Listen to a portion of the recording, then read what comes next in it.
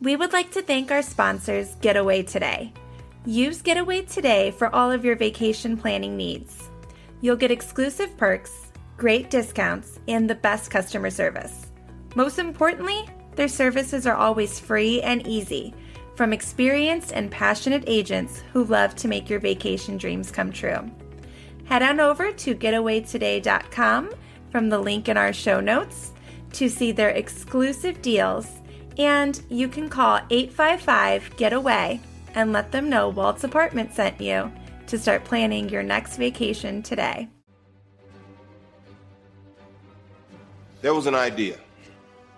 The idea was to bring together a group of remarkable people, see if they could become something more. I have an army. We have a Hulk. This is the Marvel Tribe, brought to you by Walt's Apartment Podcast and the DisInsider. Avengers!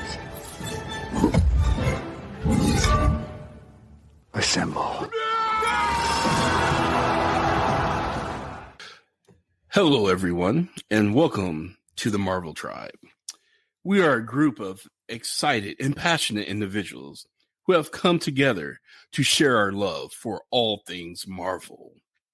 We are brought to you by Walt's Apartment Podcast and the DisInsider.com. I am so honored to be joined by this amazing group of Marvel nerds. From the big screen to the small print, feel the pulse in your chest so you know you're alive. One team, one love. It's the Marvel Tribe. Marvel Tribe. Boom, boom. Hey, guys. What up? It's been forever. It's been way too long. Yes, extenuating circumstances and bad luck and just misscheduling. Just, man, took us. We went off the rails for a little bit, but we missed all you guys. So I'm super glad that Lewis and the new girl Sam. Oh, the new girl, yes. Us three, we get to come back and grace you guys with our presence and talk about Miss Marvel, which is turned out to be a quite interesting. I'm liking it, kick butt show. So, Sam, Lewis, you guys want to talk about what you guys been up to in this weird hiatus? No, I was ready to start talking about the show. Oh, okay. I mean, Lewis can talk though. I know Lewis always got stuff going on and stuff. So, I mean, you want to tell us quickly about some projects you got going on? Absolutely. I've been busy getting ready for the show in September, the Off Market Mouse Expo that we are getting ready for. So I've been getting stuff ready for that, designs, working on a mural, but most importantly, working on the new logo that we are going to be launching for the season 3. Can't wait. That's going to be awesome. So, Marvel Tribe. Yes. Impressions on what we have seen so far. So, I like it, but I meant to say Miss Marvel, sorry. But I have to say I have a little bit of confusion, which we're going to discuss on here and stuff. And I know, Sam, you went and you cleared some things up, but I'm not 100% satisfied with that answer. But I do want to talk about it and actually even get some feedback from you guys. Like, you can hit us up on our page, Walt's Apartment, on Facebook and stuff, or even on Instagram, and let us know your thoughts. But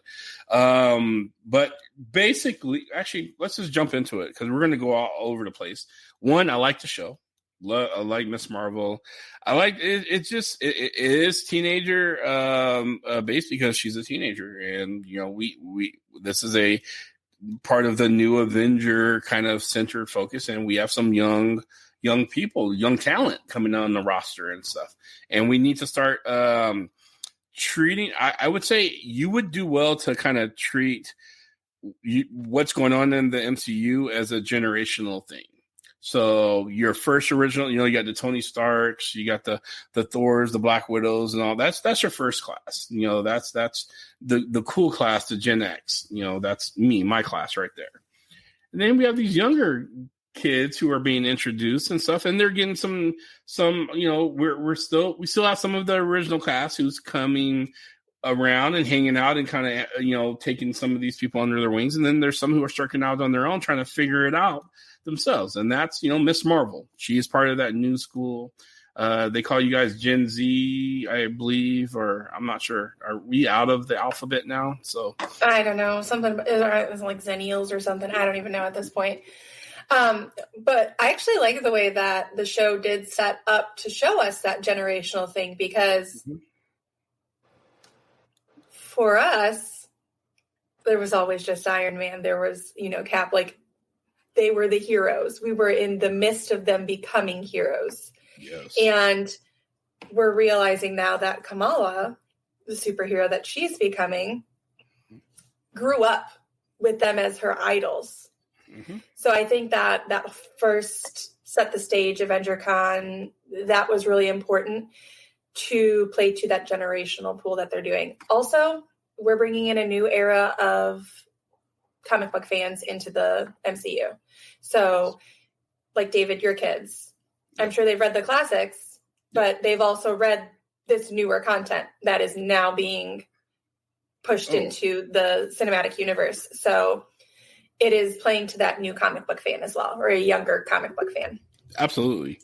Yeah, they're all over it. They're liking the new Miss Marvel. They're liking Moon Girl and Shuri. Even though Shuri's her story's been around for a while, she's part of that new school kind of thing. And we got Kate Bishop, who's taking over the mantle for the new Hawkeye and stuff. And so it's just a passing of the mantle and stuff. And got a slight introduction to a fake Wiccan and Speed. Yes, we got the Wiccan and Speed intro and stuff. We have a little bit of Patriot, who is God, why can't I think of his Nathaniel Hawthorne? Yeah, his son. Yeah, the grandson and son. Yes. And then even the new Falcon we got introduced to, but he didn't don the suit. He was given Falcon's old wings to kind of work on and stuff. And so we have some really cool, interesting things coming up. Here's can I say this little tidbit and stuff? Because someone actually did ask me, like, hey, why isn't Marvel kind of threading and weaving everything like they've done, leading up to Avengers and stuff? And the only thing I can think of at this time is, and I forgot this too, the first several movies that came out weren't really connected. They stood alone. Stand alone. There's Easter eggs, and people try to connect Easter eggs, to things, but they weren't connected. They stood alone.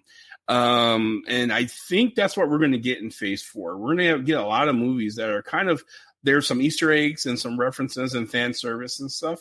But I don't think until Phase 5 is where we're going to start seeing what this big baddie is going to actually be, or what the connectivity is going to look like that's woven through and stuff. That's just my opinion. I don't know. Go ahead. I agree, because when we had the first 3 phases leading up to Endgame, I think Kevin Feige and Marvel realized, oh, wait, this can end. So now they're making it such a big horizon that it may not end for, say, 15, 20, 30 years. They're giving themselves a lot more windows, because after Phase 2, everything started funneling down to Thanos, the Infinity Stones. They kind of bottlenecked themselves. But at the same time, there's a lot of time travel and stuff like that right now. And you got to be careful, because, and I think we're going to talk about that, it can get real dangerous. I mean, Marty McFly went down that road a couple of times, and it can get real bad. Yep. Agree 100%. So let's talk about that, and we can work our way backwards and stuff, because this last episode 5, the end of episode 4, she ended up going back in time, and she went back to India during the partition days, and it kind of took place around the railroad, where that story of her great grandmother, started and stuff. And this is the part where the timeline, like, I'm going to be honest, when episode 5 came on, the only thing I was thinking of is, okay, what was Banner's rules about time travel and how that works and everything else? And then I was also like, oh, we're going to get some Loki references and stuff too, because they also had rules about branching things off and messing things up and stuff. So I was prepared with that and totally didn't get that and stuff. Instead, we got something completely different. We got something akin to what Lewis said, Back to the Future. You go back in time, and whatever you do there could mess up your current or enhance or do whatever your current feature. And we got full circle, because the story was that that Kamala's grandmother was a little girl during partition, and she was separated from her father and her mother, and she remembers these little stars kind of magic kind of directing her back to her father. And you see, we're talking about a crowded train station, easily 500,000 people just in there kind of trying to escape or figure things out and stuff. So the feat to try to reconnect after you lost a little child is impossible. It's an impossible task. But but that's the story that they had. It just magically happened. And we find out later that it was, Kamala's doing. She was the one who used her powers with the bangle and to help her grandmother find her father and stuff. Now, that story itself is completely what Bruce Banner would say is a bunch of horse patooky when he was describing how time travel really works. You can go back and you can take things or do things, but what you're doing, you're creating a new branch. So you're creating a new feature for another time, version. What you do in your past don't affect your present, because it cannot. Time doesn't work that way. And it was simply kind of reinforced with Loki the same. In fact, it was so much reinforced with Loki that they would destroy entire universes and stuff if the branch is really in danger, jeopardizing the sacred timeline and stuff. So with that said, and I asked Sam, and I'll let Sam take over. How is this possible? Like, my brain can't. I tried to make sense of it, tried to make it work, and I just couldn't do it. So, yeah. So I was trying to figure it out too, and I mean, I saw some theories that were like it was Kamala's destiny, and then we were both like, well, that's a cop out, like, because you can say anything is anybody's destiny. But I think it boils down to the only way we can explain it right now, until Kevin Feige feeds us anything else about it, is Noor Magic.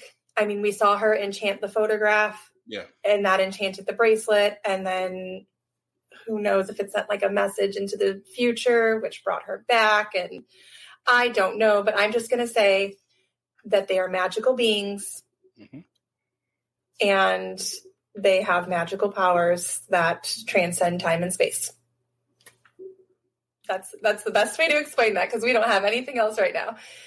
So if you guys at home are listening and you can think any other explanation, because I mean, we even went through the whole Bruno is reading Selvig's papers and like trying to figure out how to make interdimensional time travel work. And he's like, it's not safe, can't do it, need the sun. We need to figure out more. And she just like, boom, flashback. Yeah. Like, portal opens, sucks her back. So we're going to say it's Noor Magic until Kevin Feige gives us, feeds us some more. I'm curious, at what point does there become, especially with this show, and then, I mean, you have Multiverse of Madness, at what point does there become too much magic where it's like we've already seen this, or where villains are no longer compared to the amount of magic? I mean, after Infinity War came out and Thor didn't take Thanos' head off, everyone was talking about, well, why didn't Doctor Strange just open a portal and snap it done? Like, gone. But at what point does there become too much magic where no villain is a threat to Earth or any other galaxy because of the fact that there's so much magic out there? At what point do we rope it back in to say, no, there is limitations and there is consequences for this much magic? Yes. I 100% agree. I mean, I think when you start using the it's magic thing as a plot device, you kind of ruin the magic of everything. Because it's for me, it's almost how, and I know that this is going to be, but it's almost how they kind of did Bruce Wayne for Batman, and I know that's DC and stuff, but the fact that they use prep time as a plot device for all of his foes, and for him taking out Superman, or for him he's prep time. It's the magical plot device that writers can produce and stuff, and make it so that he is virtually an unstoppable human being who has no powers, but with prep time, he can beat out magic and super strength and speed and all this other stuff. It almost becomes jokey. And don't get me wrong, I love Batman. I love watching Batman movies. I went to go see the recent one. It was a different film, but I liked it, and so I enjoyed those. It really honed in on the detective side of skills. But at some point, when you start utilizing a thing heavily so much, it starts to stop making sense. Just like Lewis said, why didn't Doctor Strange use his magic just to snap off his head or take the gauntlet? Why were they struggling to remove the gauntlet when he can just slice his arm off? And so, when we start having those kind of conversations about that, means you're using it a little too much, because you're not respecting the rules for the universe you created and stuff. So I hope there is something else. We got one more show. We got the season finale coming up. I don't think it's going to explain. I personally don't think we're going to get any explanation about that time travel piece and stuff. Although I thought it was kind of cool how they recreated the partition piece and all that stuff. And I love the story. Love Hassan and Aisha. Yeah. Love that story and stuff. I just, woo, man, it's a slippery slope. Like, when Lewis was saying, like, when you lean on magic a little too much and stuff to answer some things.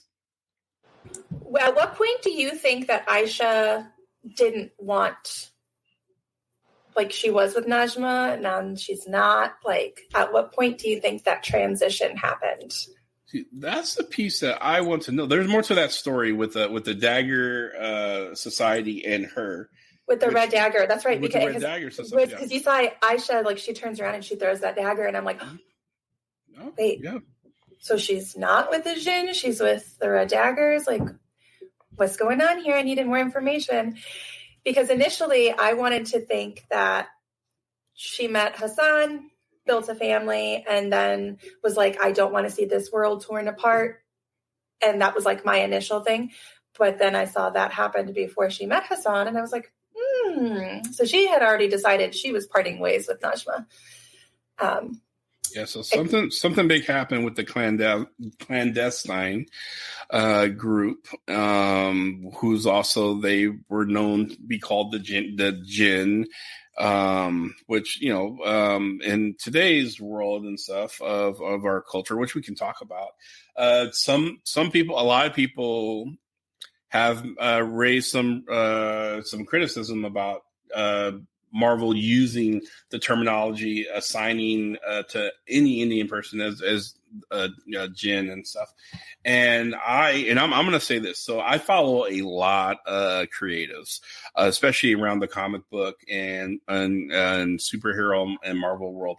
And there's a few that I absolutely like, and I wrote their notes down because I wanted you guys to go give them some love and stuff, but they are Indian creators. And they actually, she spoke very, very clear about the culture and stuff. And it's okay to obviously to be upset if somebody is absolutely.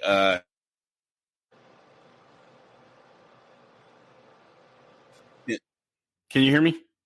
Yeah, we can hear you. Cut out for a second. Yep, sorry, my mic dropped.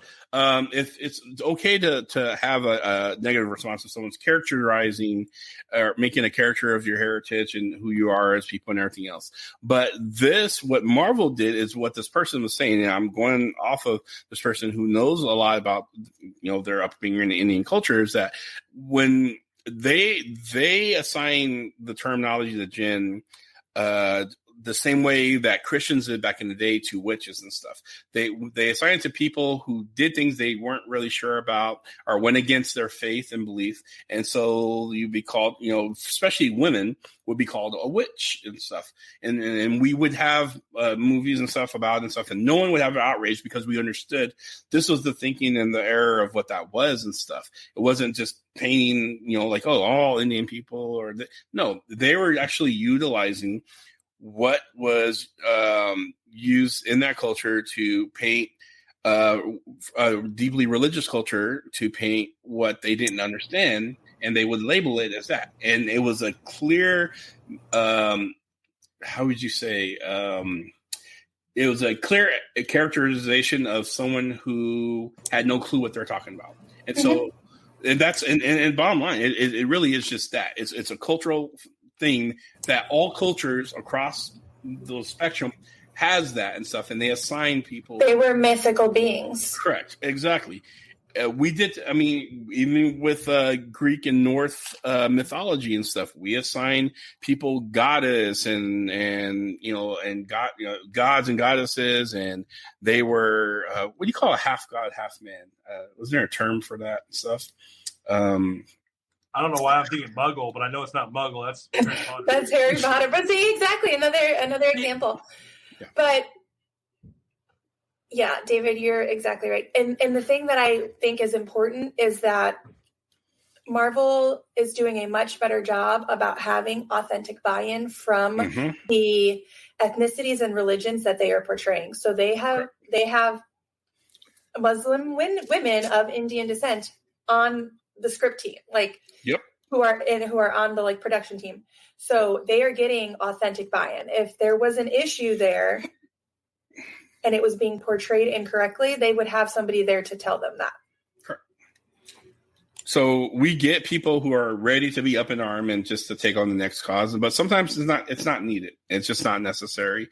And it's okay for us to settle each other down, is how I would say that. So be like, hey, this ain't it. This ain't the outrage thing that you need to be, thumping your, fists about, because Disney, who, is, Disney, they're now portraying no, they're not. That's not what they're doing. And a lot of that stuff is, I have to say, we live in this weird world where trolls have a huge voice because of the internet, huge. And if the troll does it the right way, they can set the tone and change the narrative. And we have to be careful about that and stuff. Letting someone hijack a narrative and runs off and runs away like a runaway train. So yeah, just wanted to kind of say that because we talked about that and stuff, and we want to be fair, if anything and stuff. And I would always defer to someone who is in Muslim culture, Indian culture, who knows what they're talking about and know how their culture is and stuff. That's, I defer to them. So with that said, that's it. So the Jinn thing is not as bad as some of the, and I'm not going to call everyone a troll, but there's some people who just heart's in the right place. Outrage wasn't. You use the right word using that word culture, though, because you can have Philly cheesesteaks across the United States, but when you go to Philadelphia, that culture of it just hits a little bit better. They're good in California, they're good in New York, but you have it in Philadelphia, and there's that culture behind it, so it tastes good. Not saying that other people can't make it, but it just tastes better. Love that. Damn, I'm hungry too. Stay with us. We'll be right back. Streamforge Radio is the #1 place to learn more about your favorite content creators from Twitch and YouTube. We also have exclusive interviews with renowned video game developers from all around the world. Click the button below to check out Streamforge Radio, available on YouTube, Spotify, Apple, and all other podcasting platforms. At Streamforge Radio, we talk with content creators, game developers, and other influential guests in the video game industry to bring your digital knowledge to the next level. Tune in to Streamforge Radio every Tuesday morning for a new weekly episode. Oh, goodness. Okay. So I did have a moment of confusion that maybe you guys can clear up for me. Sure. So after Kamala comes back from the future and the veil is opening between the Noor world and the Noor world. Yeah. So the Noor Magic veil is lifting. Yeah. And Najma, she tells Najma, but you have Kamran, he needs you, blah, blah, blah, all that stuff. And she goes, I know how to close it. And she touches the thing and we see her skeleton or whatever. But then we see Kamran's eyes instantly light up purple. Mm-hmm. And we hadn't seen Kamran having powers before that. And now we see him in the apartment over the Circle Q store with Bruno, aka Brian, with powers. So what is going on there? So I'll give you my opinion. So I don't think, Mama Bear, I'm gonna call her Mama Bear, had a change of heart and was like wanting to save this world, let alone her son. I think she knew that she could offer up her son to this Noor power and let it just kind of like, it's almost like the chaos magic in the Darkhold with Wanda and the Scarlet Witch.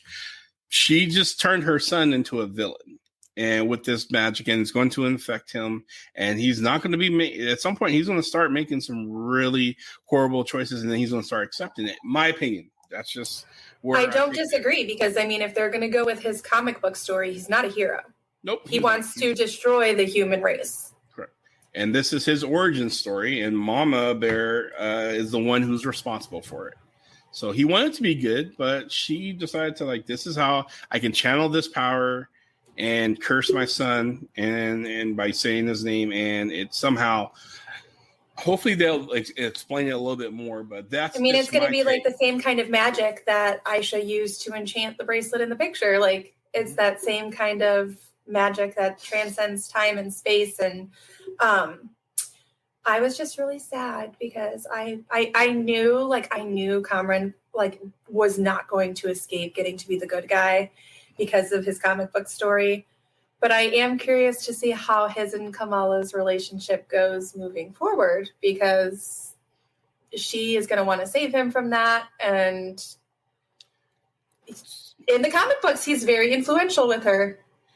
I'm not going to lie. I got very much Kylo Ren vibes and the Last Jedi stuff there. I just did. I was like, oh, even when he went to go see Bruno and stuff like that, I'm like, God dang, this is Kylo Ren and Rey. This is, Miss Marvel is Rey. She's going to ignore all the bad signs that says Kylo Ren, or I'm sorry, Kamran is not redeemable. And he has a power base that also shows he's not redeemable, and he's going to hurt your friend, who is Finn, who's also AKA Bruno. I mean, I don't know if this is the retelling of that, but that's what conjured up in my head. You bring up a good point, though. I mean, that's also the MCU 101.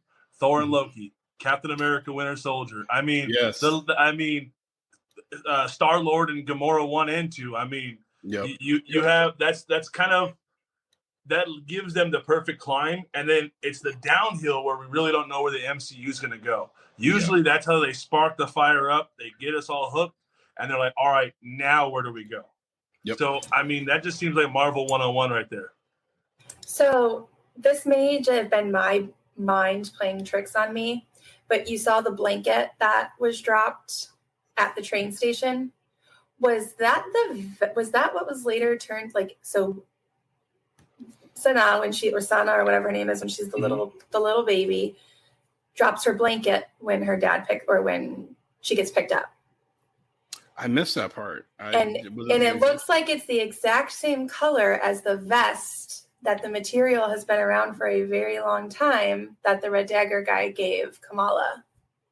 I'm going to go back and watch, but I was like, is that material that vest is? Because that would be pretty cool. I am curious to see if there is any more Red Dagger stuff that comes along. Well, I have a theory. Let's hear it.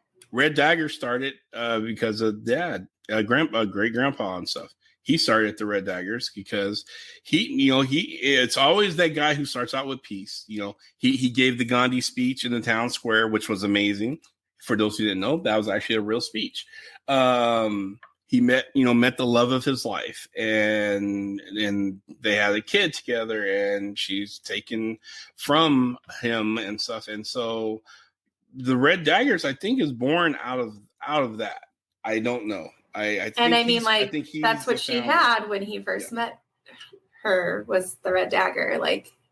Which means grandma's not telling all the truth to her granddaughter and stuff. because there's some more pieces to the puzzle she needs to reveal. Yes, because she is definitely way too comfortable with her teenage granddaughter just be roaming around with the red daggers. Yeah. And she mentioned like going back to, where it all started and figuring it out. And she knew Kamala was going to go to the train station. Yep. She knew she would go there. And then that's where the red daggers knew right away where to find her. 100%. What grandma in her right mind would be comfortable with her daughter who's never really been to her country, just roaming around, knowing that the cousins aren't there with her and stuff, unless you have some amazing clandestine protection unit and stuff known as the Red Daggers that's going to look after her and watch her and stuff. So yeah, grandma was a little too comfortable with Kamala just being out there, just like you said, roaming and doing her thing and stuff. So yeah, I think there's some more. I like your theory that Hassan started the Red Daggers. I like that theory because I was initially thinking, well, like Aisha had the Red Daggers, so she was part of the Red Daggers before she met Hassan. But now that you're saying that, it could just be like that was part of her characterization, and he took that aspect and built something out of it. Right. It was an ode to her because she conjured up the dagger. If she conjured up axes, because that was her thing, they would be the red axes.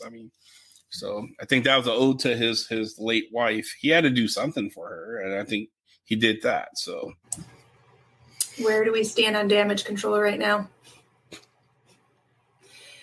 I don't know how they broke out of that prison. Obviously they're supernatural beings, but still. So yeah, okay. So the big prison break and stuff. So if I'm to believe this, so damage control managed to capture Abomination, put away some of the nastiest bad guys and protect some of the nastiest alien techs and weaponry, and then this clandestine group managed to just do a hoodwink and punch their way out and escape. Kind of, yes, they are magical, but yes, they're prepared for that stuff. They captured them, so I don't know.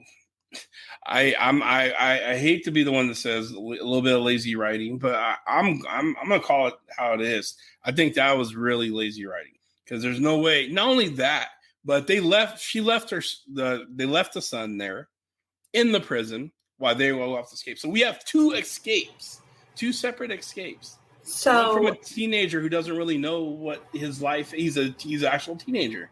So I don't know. They were not really the intended target either. True. So maybe they were like, you want Kamala? Like, we'll bring you Kamala. Let us go. Like, let us break out of here. I would like to believe that there'd be some redemption if that was the case. Like we purposely let everyone but the guards knew that we're going to let you go. Then yeah, if there's someone watching on the cameras, like, yep, all right, good. As they're escaping, they're like, okay, good. Open the doors or whatever. Then yes, that is much more believable because it would be much better story writing. It would be because you're leading me to the person we want. We both want the same thing and stuff. But and the fact of leaving, makes sense. Leaving Cameron behind, I think Najma or whatever her name is, she knew she was going to have to use him later. Yeah, he was her plant. And she knew she was going to use him in the way that he got used. And basically she sacrificed her son. Yep. Oh, yeah. Gave him up to the dark magic. So yeah. I hope that's the case. I hope they explain it that way, Sam. Like that they purposely let them go. And it wasn't sheer incompetence and stuff because they are known to house and capture some of the baddies in the world. So I don't know. What do you think, Lewis? So I am not familiar with the entire story. So I'm going as a general fan. But I think one of the key things that stand out to me in this as just a general fan watching and knowing very little about it, I think the span of, and I think this goes for a lot of shows right now, the span of 6 episodes is not enough. Yes. There's some small things that you should really emphasize just a little bit more, especially, and that's the beauty of doing the shows is you have more time to really make sure that plot, that story, that twist lands. And I think just like every Marvel show minus WandaVision, because it got a full, nice, decent run, after episode 3, they realize we only got 3 left.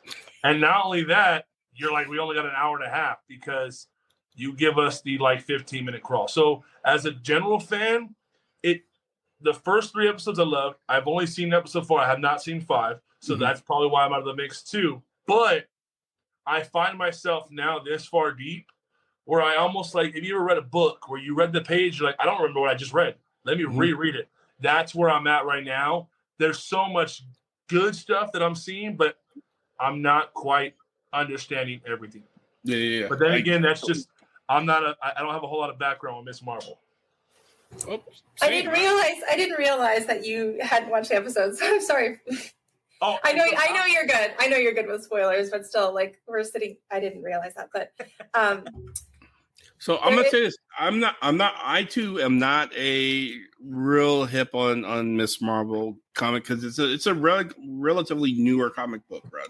So I have not picked up those issues and stuff and read those, but the episodes I have watched several times and stuff, and there's certain storylines that Marvel likes to kind of lay seeds into and stuff. It's not, I won't say it's almost predictable, but some of it is kind of predictable, even to the point where it's you can tell where they're starting to hurry up and rush things because it's we only, like you said, we only have 3 episodes left to finish telling this whole story that we just built in this whole new universe, and we're introducing brand new characters and stuff.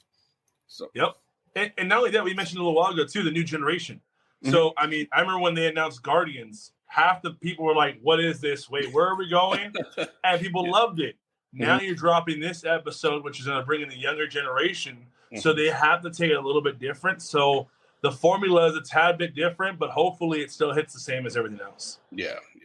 I mean, it's hitting pretty great for me. And yes. I loved episode 5 for Muniba to finally get the truth that her mother had been trying to tell her entire life, where she just thought her mother was this batshit crazy old woman, and this is why dad left, and I had to get away, and seeing their coming back together and the grandmother accepting that this was her journey to be brought back to her, and for Muniba to see Kamala use her powers for the first time. Yeah. She stood there in awe of her daughter. She became a fangirl. She was she's like, wait, you're that light girl? And then she just stood there in awe of her. Yeah. Stay with us. We'll be right back. Leadership, the final frontier. These are the voyages of the Starfleet Leadership Academy. Its ongoing mission to develop leaders through Star Trek. To boldly go where no podcast has gone before. A leadership development podcast told through the lens of Star Trek. The Starfleet Leadership Academy. Available everywhere you listen to podcasts.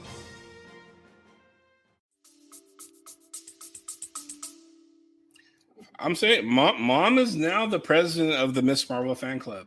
She is. Full. You saw it in her reaction. So oh my god, my daughter is a super. Woo, yeah. You got. Let's not forget, Dad Hulk was a bigger fan. Yeah.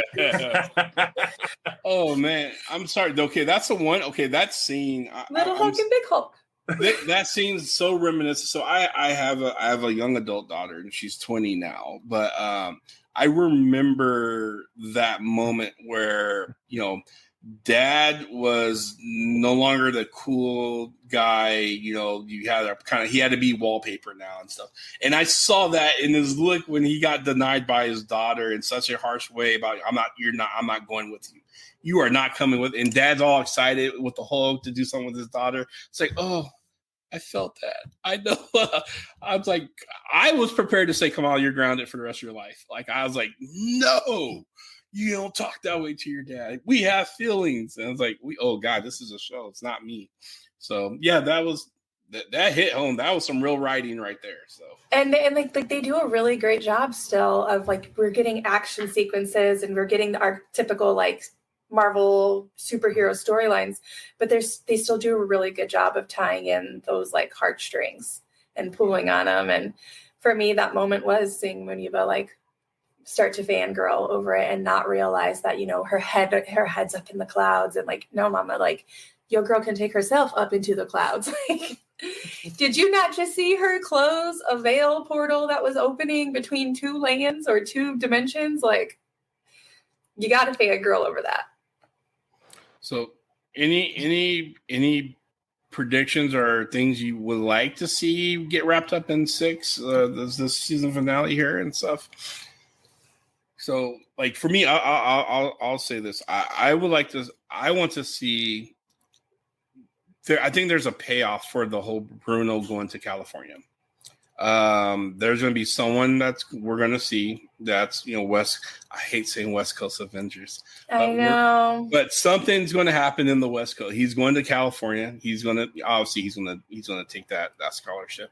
Maybe even take what's his name with him and stuff. But something is going to happen. Maybe we see Ant-Man. Or we see someone from Pym, and he gets an internship. Like, you know, there's not a real internship. He goes work for Pym Industries or like something. I would like especially that reference to Eric Selvig. Like, so like for him to pull that off the top of his head, I'm like, there's more to your story, Bruno. Yeah. So I would love Bruno to be some kind of like the next MCU scientist. Yeah. Yeah. I want to see him like the next MCU scientist. I'm excited. I want to try and understand more about in the next episode. I want more of Kamran's story and what to expect from him. So that's mostly what I want from the last episode. Yeah. True villainy. For me, I'm hoping, I haven't seen episode 5, so based off 4 to kind of see what's going, I would like to just see, I would like a solid closeout where we're tying it in somewhere.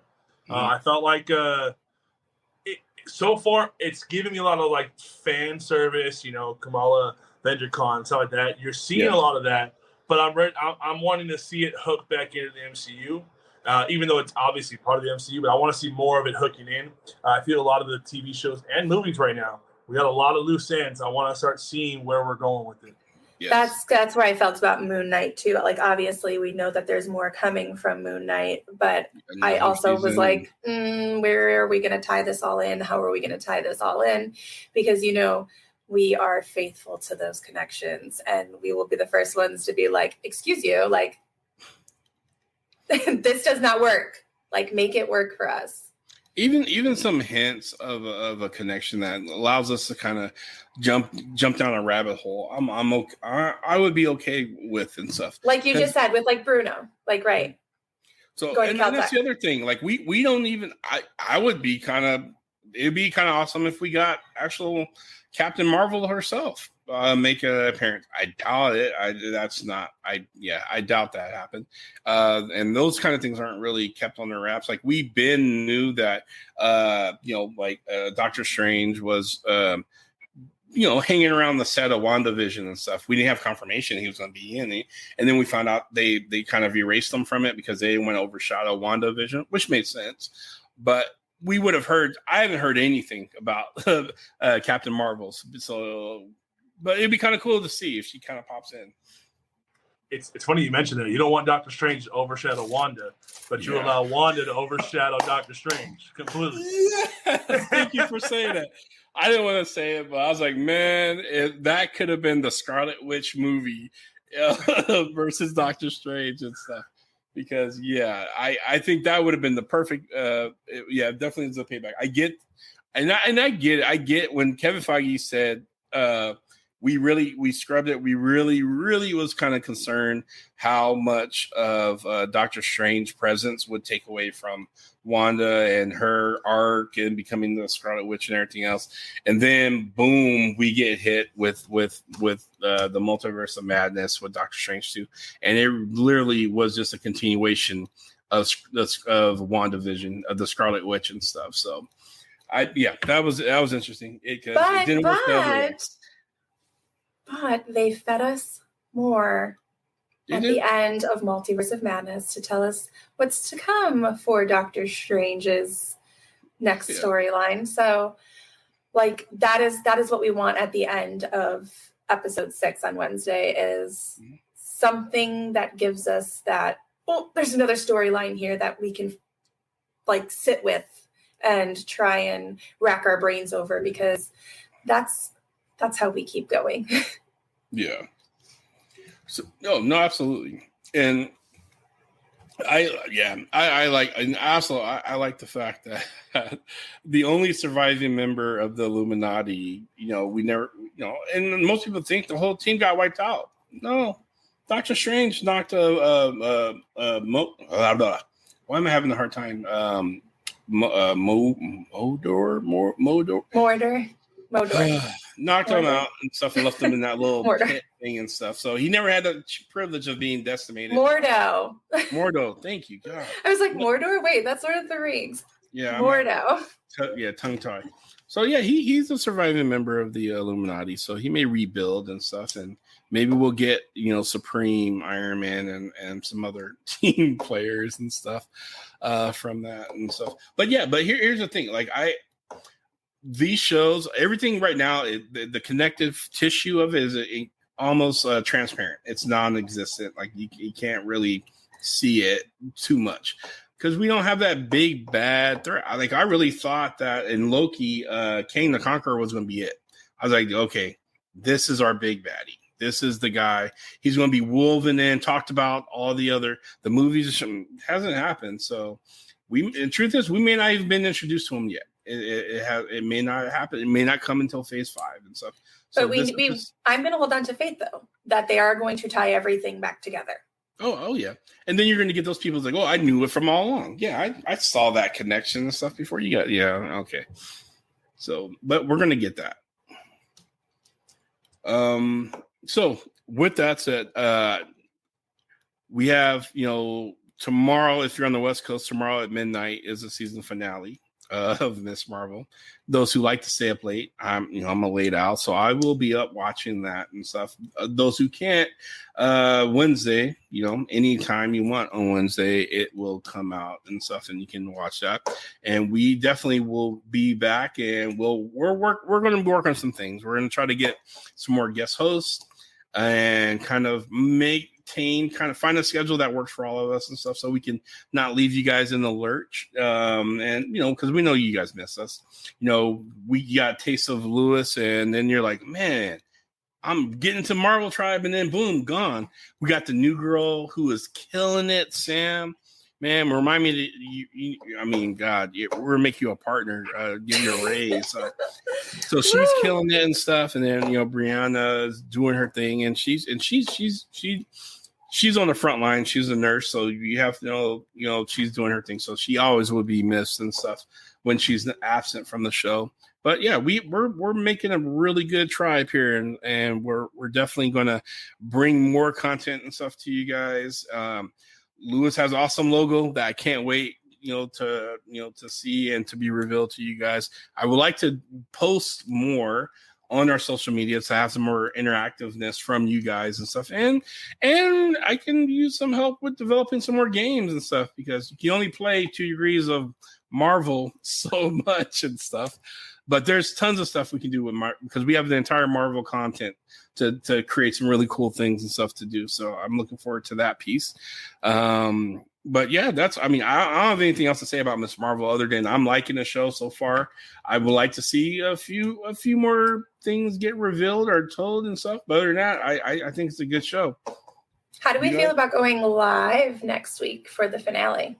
I like the way you think. I'm all about hijacking stuff. Yes, going live. Well, hijack it. So next, do we want to do Monday? We can. All right, let's do next Monday then. We'll say next Monday. So the Monday following the release of episode 6. That'll give everybody the weekend to watch. Join us live on the Walt's Apartment page for a live version of Marvel Tribe. And then also just a little heads up, in probably about I say we give you guys 2 weeks to go see Thor and then we're gonna just start dropping some spoilers and stuff. So just sure yourself warned, because I have some interesting takes for Thor: Love and Thunder and stuff. So, all right, so that's it for this episode of Marvel Tribe. See you later. All right.